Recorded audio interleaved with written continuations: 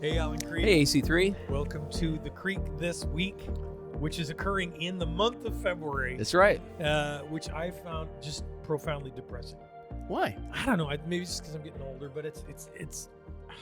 I don't know. It's not springtime yet. The holidays are over. It's Valentine's Day, Dan. No. It's the month of love and Black History Month. Those are all good things. All right, so we are a good thing also about February is we're in our series Emancipation Proclamation. That's right. Where we're covering the book of Galatians. So, Yeah.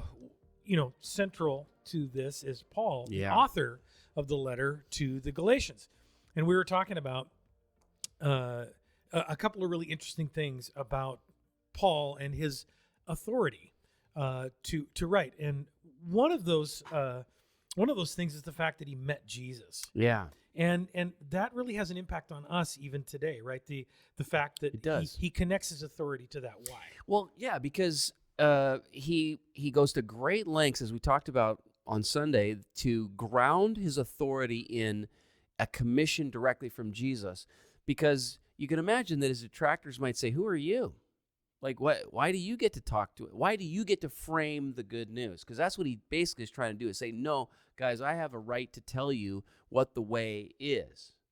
And that pushes back on sort of a modern impulse that says, I have a personal relationship with Jesus, and because I have a personal relationship with Jesus, my feelings get to define what Jesus says to me and how I define the way of Jesus. So Paul is saying that there's something that supersedes even Right, one's which is feelings the about it. objective revelation of Christ. First, obviously, in the world when he was incarnate, but also in his specific meeting of Paul on the Damascus Road. This isn't just an internal subjective thing that he had. Yeah. He had an extra mental, With witnesses. encounter with the living Christ. So that is the ground of his authority. And so if we want to ground the way we do the Jesus way in our feelings, we're parting company with him there. It's right. It's not that they don't matter. It's just that they're not first. It's not the ground. Yeah, right. exactly. They're not the foundation of Yeah. it. And that kind of goes against the, my truth. Yeah, exactly. Idea, Yeah. which sometimes Christians can borrow that language. Yeah, or we'll say play the God card. It's like, well, I just Exactly. feel really strongly that Jesus is telling me to burn this place down.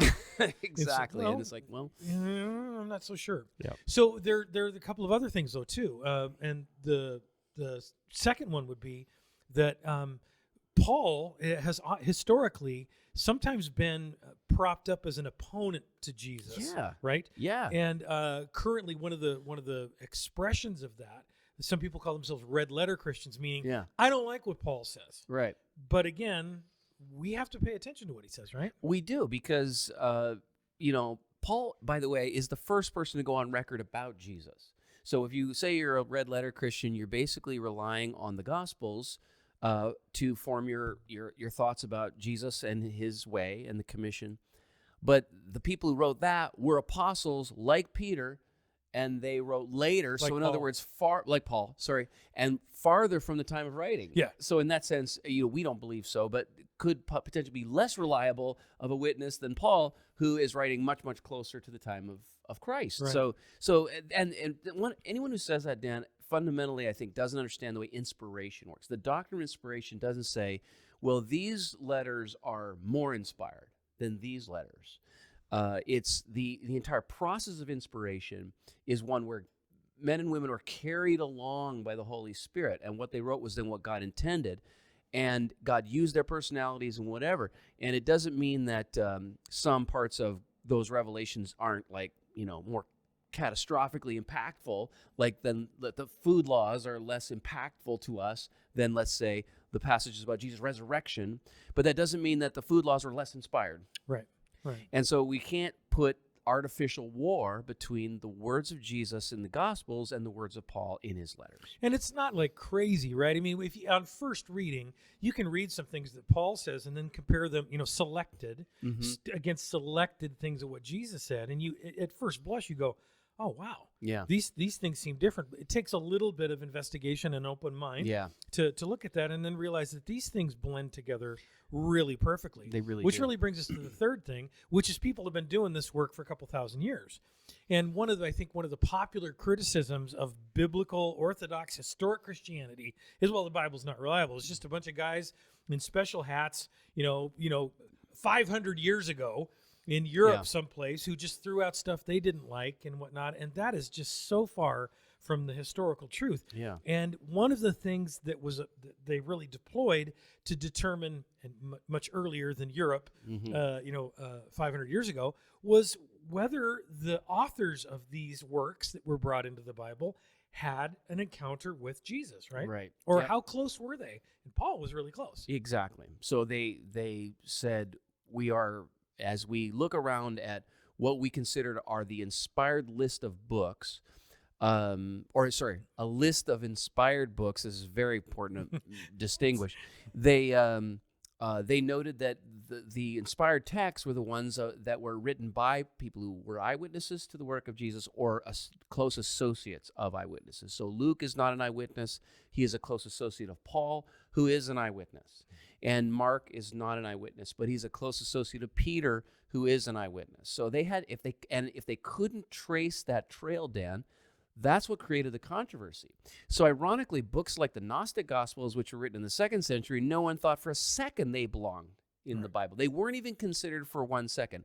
However, other books were controversial, like 2 Peter and Revelation, not because they didn't have gravitas in the early church. They did. That's why they were eventually included in the canon, but because they couldn't exactly be 100% sure that they traced it back to an eyewitness. That's how committed they were, Dan, to the eyewitness litmus test you're talking about. And it really belies, I think, this idea of God's inspiration, that God stewarded his word to us, right? Yeah. Because that is a really modern approach to historicity and to literature. It is. To say, no, we're not going to take just anything from anybody. It needs to connect in a logical way. Let it be reliable. Tertullian said this in the 2nd century in examining the Gnostic Gospels. He said, what should decide the matter for us? Meaning the matter, which do we pick? He says, if not the matter or the issue of antiquity. And right away, that's this litmus test of if it's older and closer, it's going to generally be more reliable. Right. And that's the way the early church looked at it. So when we look at the book of Galatians, we can see, part of that is Paul really kind of defending himself in a sense. Yes. And we can stand and stand with him and defend this work, not just because of its how well it meshes with the rest of the works, but because Paul's a reliable witness. Yeah. So that's we're going to continue through the month of February with that. Next week is going to be what? Yeah, we're going to talk specifically about what it means to be free from the law. And what does that mean? Is that a hippie party or what is that? It's just a hippie party. It's just a big love-in. We're just gonna sit around and we're going to get another special Emancipation Proclamation testimony from cool AC3er. Very, very close to me right now physically. That's cool. AC3 is redundant. Yeah, it really is. Because if you go to AC3, you are cool.